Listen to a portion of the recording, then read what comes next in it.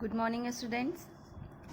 Today I am going to discuss the second part of chapter number 10, that is Essential for Life, Air and Water of class 5th from Cordova Science. In previous lecture, we had discussed about atmosphere and its different layers and also about the importance of atmosphere and about composition of air, in which we had discussed about different types of air. Today we will discuss about importance of air. So let's start. We know that air is necessary for all living things. जैसा कि हमें पता है कि air अर्थ पे जितने भी living things present हैं उन सब के लिए बहुत ही ज़रूरी है. Let us discuss the importance of air. ज़रूरी है तो आप किस किस वे में किस किस वे में एयर इम्पॉर्टेंट है, let us discuss. First, air is needed for breathing. Air breathing के लिए नेसेसरी है.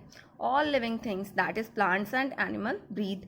जितने भी लिविंग थिंग्स होते हैं जिसमें प्लांट्स और एनिमल्स को कंसीडर किया जाता है, जो कि ग्रो करते हैं, जो कि ब्रीथ करते हैं, वो क्या करते हैं? ब्रीथ करते हैं. The air we breathe in is called inhaled air. क्या होता है?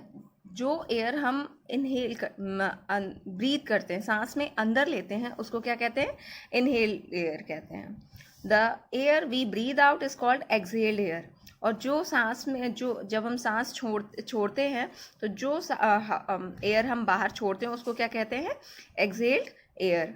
The inhaled air has more oxygen while the exhaled air has less oxygen and more carbon dioxide. क्या होता है? जब हम सांस लेते हैं तो जो एयर हम इनहेल करते हैं उसमें कौन सी गैस सबसे ज़्यादा प्रेजेंट होती है? Oxygen.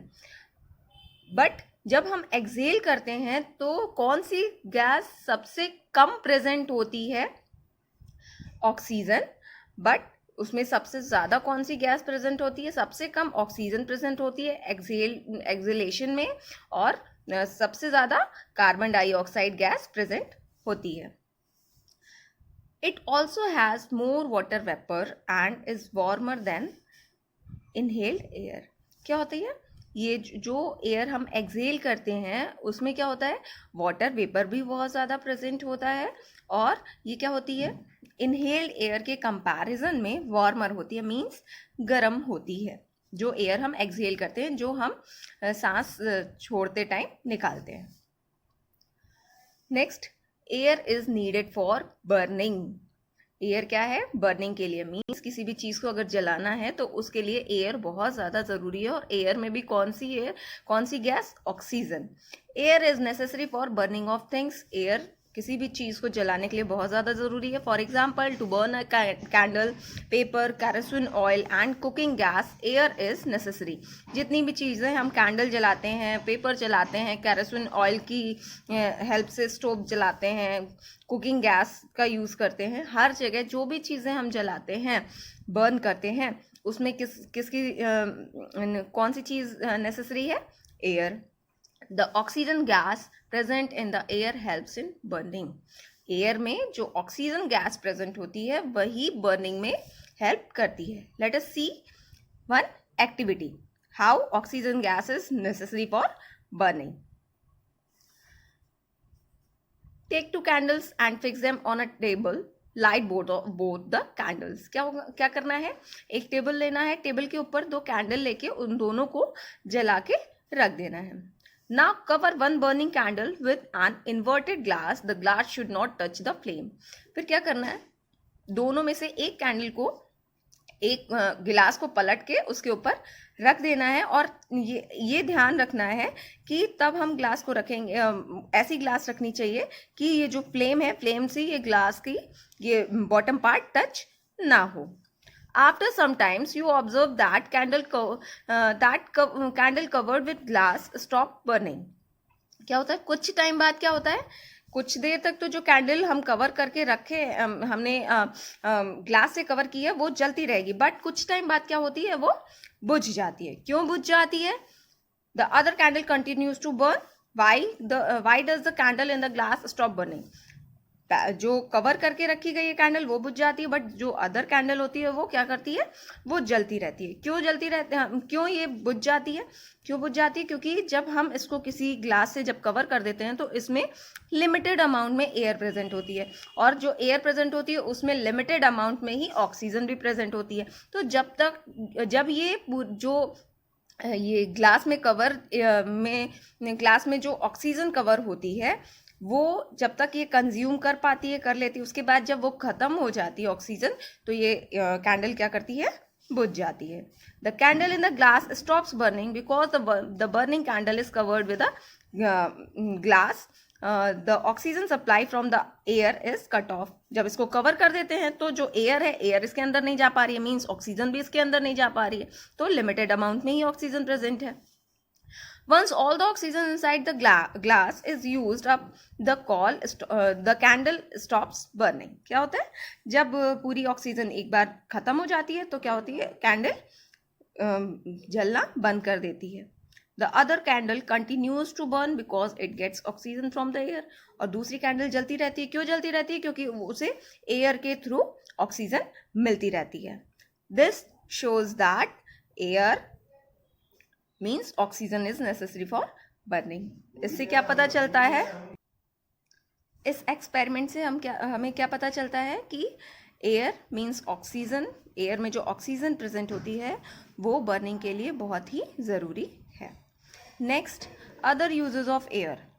Moving air helps in the formation of different weathers, hot, cold, wet, dry, windy. क्या होता है, जो एयर होती है वो जब मूव करती है उसी की वजह से डिफरेंट टाइप के वेदर का फॉर्मेशन होता है। कभी हॉट एयर, बहुत हॉट वेदर होता है, कभी कोल्ड वेदर होता है, कभी वेट होता है, कभी ड्राई होता है और कभी विंडी होता है।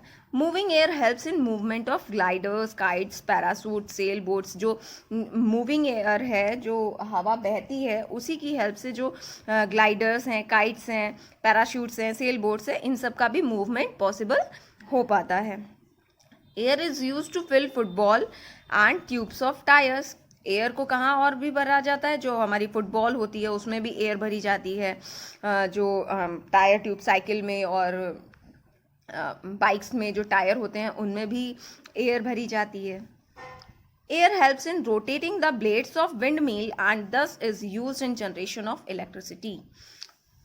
एयर और भी कहाँ यूज़ होती है, जो विंड मिल में जो जो उसमें ब्लेड्स लगी रहती हैं, जो पवन चक्की होती है उसमें जो ब्लेड्स लगे रहते हैं, पंखे लगे रहते हैं, वो कैसे मूव करते हैं, हवा से ही मूव करते हैं। और जब वो हवा से मूव करते हैं तभी क्या होता है, उसमें उनसे इलेक्ट्रिसिटी का प्रोडक्शन किया जाता है।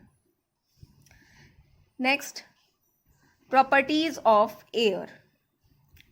Air occupies space. एयर क्या करती है, स्पेस कवर करती है, ऑक्यूपाई करती है। ये कैसे पता चलता है? अब हम तो जहाँ जिस भी रूम में रहते हैं, जहाँ पे भी रहते हैं, हमें वहाँ नहीं पता चलता है कि हाँ उस एयर ने स्पेस कवर कर रखी है, बट अगर हम कोई पर्टिकुलर एक्सपेरिमेंट करते हैं इससे रिलेटेड तो ये पता चलता है कि एयर स्पेस कवर करती है। Let's see the experiment. Take an empty glass and a bucket filled 3/4 with water. क्या करना है, एक खाली ग्लास लेना है और एक 3/4 फिल्ड बकेट लेनी है, बाल्टी में 3/4 तक पानी भर के लेना है। Invert the glass and quickly put it into the bucket of water. क्या करना है, ग्लास को उल्टा करना है और उसको जल्दी से पानी में सीधे डालना है। जैसे ये सीधी ग्लास है, इसको उल्टा कर लिया और इसको उल्टा करने के बाद जल्दी से पानी के अंदर डालना है। और ग्लास टेढ़ी नहीं होनी चाहिए, बिल्कुल स्ट्रेट जानी चाहिए नीचे, क्योंकि अगर नीचे स्ट्रेट टेढ़ी होगी तो उसमें एयर निकलने की जगह मिल जाएगी। Next point, the water does not enter the inverted glass. Why? The air present in the empty glass prevents the water from entering. क्या होता है, जब हम ये ग्लास इसके नीचे पानी में डालने की कोशिश करते हैं तो इस ग्लास में ये ग्लास पानी में अंदर नहीं जा पाता है। हमें नीचे से एक फोर्स लगता है, हमें काफ़ी अपना फोर्स लगाना पड़ता है उसको अंदर डालने के लिए, बट फिर भी क्या होता है, इस ग्लास के अंदर पानी नहीं जाता। क्यों नहीं जाता है? क्योंकि इस ग्लास में क्या प्रेजेंट रहती है, एयर प्रेजेंट रहती है।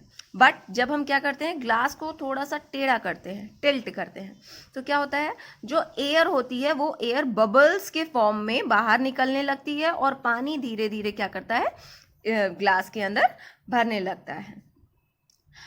Now slightly tilt the glass, थोड़ा सा टेढ़ा करना है. When you tilt the glass in water you find that air present in the glass the goes out in the form of air bubbles. क्या होता है, जब हम थोड़ा सा ग्लास को टेढ़ा करेंगे तो जो एयर है वो बबल्स के फॉर्म में बाहर निकलने लगेगी. As the air from the glass escapes water starts entering the glass. जैसे ही एयर निकलेगी वहाँ पे एम्प्टी स्पेस मिलेगी तो फिर वाटर उसमें एंटर करने लगेगा ग्लास में. This shows that the glass which appears to be empty to you is actually filled with air. इससे क्या पता चलता है कि जो ग्लास हमें एक्चुअल में खाली लग रहा था बट वो खाली नहीं है, उसमें क्या प्रेजेंट है, एयर प्रेजेंट है. So it proves that air occupies space. This experiment proves that air occupies space. Next property, air has wait.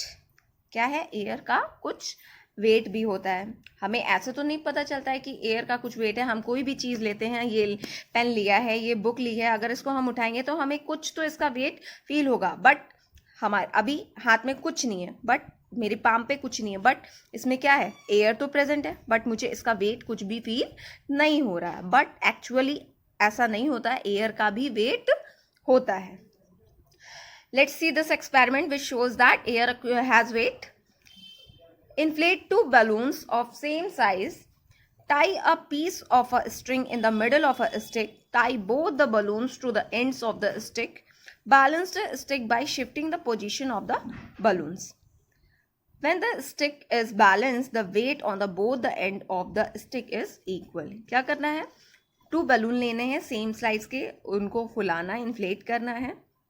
और उसके बाद क्या करना है, हमें एक स्टिक लेनी है, स्टिक के बीच में एक स्टिक लेनी है, स्टिक के बीच में एक स्ट्रिंग, रस्सी बांधनी है, और जो दोनों बलून हैं उनको स्टिक के बोथ एंड पे टाई कर देना है, जैसे कि इसमें दिया गया है. एक एंड पे एक बलून और सेकेंड एंड पे सेकेंड बलून टाई कर देना है. उसके बाद क्या करना है, उस स्ट्रिंग को एक बैलेंस की तरह, तराजू की तरह हाथ में लेना है और चेक करना है कि जो दोनों साइड हैं उनमें इक्वल वेट है या नहीं. जैसे कि ये है, ये दोनों इक्वल वेट में है, तभी हमारी स्टिक क्या है, स्ट्रेट है. अगर किसी का भी वेट कम या ज़्यादा होगा तो अगर कम, जिस साइड पे भी वेट ज़्यादा होगा उस साइड की स्टिक क्या होगी, नीचे झुक जाएगी.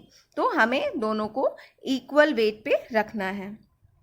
उसके बाद क्या करना है, now take a needle or pin and prick one of the balloons as air escapes from the balloon. क्या होता है, फिर क्या करना है, हमें एक पिन लेनी है और क्या करना है, एक साइड के बलून को प्रिक करना है, उसमें छेद कर देना है. तो क्या होगा, जो भी हवा भरी गई है बलून में वो क्या करेगी, निकल जाएगी. और जब ये निकल जाएगी तो क्या होगा, जो अदर साइड का बलून है वो जो अदर साइड है वो झुक जाएगी, थोड़ी सी टिल्ट हो जाएगी. The stick tilts toward the side of the air filled balloon. क्या होती है, स्टिक उस साइड पे झुक जाएगी जिस साइड पे एयर फिल्ड बलून प्रेजेंट है. दूसरे साइड तो हमने तोड़ दिया बलून, बट सेकेंड साइड पे तो फिल्ड बलून है, तो जो स्टिक है वो सेकेंड साइड पे टिल्ट हो जाएगी, झुक जाएगी. This happens because the inflated balloon has air in it whereas the punctured balloon has nothing. क्या है, इससे क्या पता चल रहा है कि जो दूसरा बलून जो हमारा अभी सही है उसमें क्या है, एयर है, और जो जिसका कुछ वेट है, तभी तो ये स्टिक हमारी टिल्ट हो रही है. अगर इसमें कोई वेट नहीं होता तो इस पर कोई फर्क नहीं पड़ता, ये एज इट इज रहती. बट जब हमने एक बलून को पिन डाल के उसको प्रिक कर दिया, तोड़ दिया है, उसमें छेद कर दिया, उसकी हवा निकाल दी है, तो नेक्स्ट वाली एंड पे क्या हो रहा है, वो नेक्स्ट साइड पे झुक जा रहा है. इससे क्या पता चलता है, this shows that air has weight. इससे हमें पता चलता है कि एयर में क्या होता है, वेट होता है. सो this is all about the second lecture. Further we will discuss in next lecture. Thank you, students.